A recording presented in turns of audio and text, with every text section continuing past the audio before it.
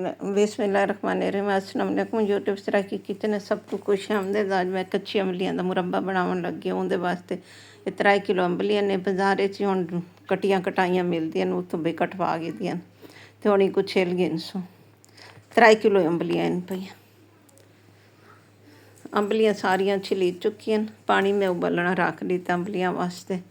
इन्हां उहदे उत्तों साबत छिलका सख्त वाला बिल्कुल सारा ला गिनना, क्योंकि वो रह गया तो वाल मुरब्बा सही नहीं बनता। ਇਹਦਾ ਮੋਟਾ ਮੋਟਾ ਛਿਲਕਾ ਲਾਉਂਦਾ ਹੈ। ਇਹਨੂੰ ਪਾਣੀ ਉਬਲ ਚੁੱਕੇ ਅੰਬਲੀਆਂ ਮੈਂ ਧੋ ਕੇ ਰੱਖ ਦਿੱਤੀਆਂ ਅਤੇ ਮੈਂ ਵਿੱਚ ਪਾ ਦੇ ਸਾਂ ਉਤਨੇ ਤੱਕ ਹੀ ਉਬਲੇ ਸਨ ਭਈ ਜਬ ਤੱਕ ਅੰਬਲੀਆਂ ਗਲ ਨਾ ਵੰਜਣ। ਇਹਨੇ ਥੋੜ੍ਹਾ ਮੈਂ ਜ਼ਰਦੇ ਵਾਲਾ ਰੰਗ ਪਾ ਦਿੱਤਾ ਕਲਰ ਵਾਸਤੇ ਅਤੇ ਉਤਨੇ ਤੱਕ ਇਹਨਾਂ ਕੋ ਪੱਕੇ ਸਨ ਜਬ ਤੱਕ ਅੰਬਲੀਆਂ ਗਲ ਨਾ ਵੰਜਣ। ਇਹਨਾਂ ਕੋ ਥੋੜ੍ਹਾ ਅੱਛੀ ਤਰ੍ਹਾਂ ਹੀ ਗਾਲਣਾ ਹੁੰਦਾ ਜੋ ਭਾਈ, ਕਿਉਂਕਿ ਸ਼ੀਰੇ 'ਚ ਵੰਜ ਕੇ ਸਖਤ थी वैसे हाली थोड़ियां एक सख्त इन पईयां। 2-4 उबाले बे आमने ने इन्हां को अंबलियां को। अंबलियां उबल चुकी हैं, बिल्कुल भी गल चुकी हैं तो मैं पानी चो कढ़ की दियां। ये पानी मैं वीटने सां क्योंकि खट्टा पानी मेरे कोई काम दा नहीं, तो इन्ना कोई इहदे नाल विच सुराख कर गिन सां कांटे दे नाल, क्योंकि सुराख करना जरूरी है। विच शीरा ये सुराख करन नाल ही रचदा, एवें तो नहीं रचदा अंबलियां दे विच शीरा। मैं सारियां को भी इवें सुराख कर गिते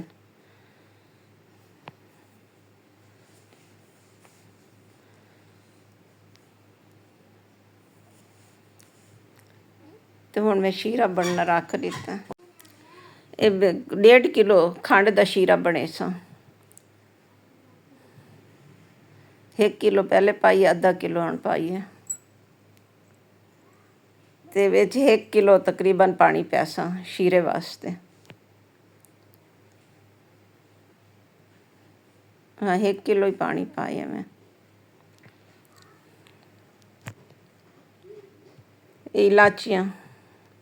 इलाचियाँ तो मैं दाने कढ़ के पा दिते, छिलके विच नहीं पाए।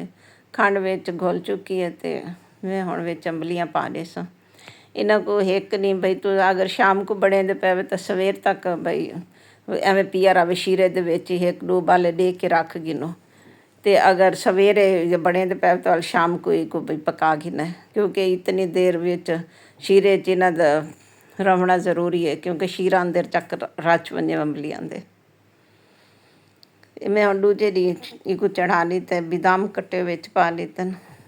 मैं तो हिक नहीं रखा है, ये दूजे दी बनेंदी पईयां मुकम्मल थी सी।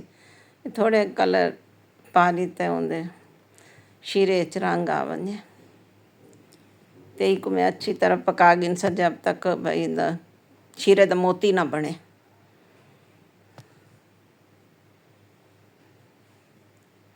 तो हमेशा ये अंबलियां दा मुरब्बा या अंबलियां दी चटनी जेड़ा कुछ बनाओ, इन्हां को हमेशा स्टील दे बर्तन विच बनावो। नॉन स्टिक विच ही ना बनावो तो भई ना सिल्वर विच बनावो ना लोहे च बनावो। ये शीरे दा मोती बन चुका है, शीरा तैयार थी चुका है। इन्हां चीज़ां मुरब्बे चटनियां स्टील वाले बर्तन विच बनावणियां चाहिदियां। मुरब्बा बन के तैयार थी चुका है। अंबलियां भी देखो अच्छी तरह गल चुकी हैं।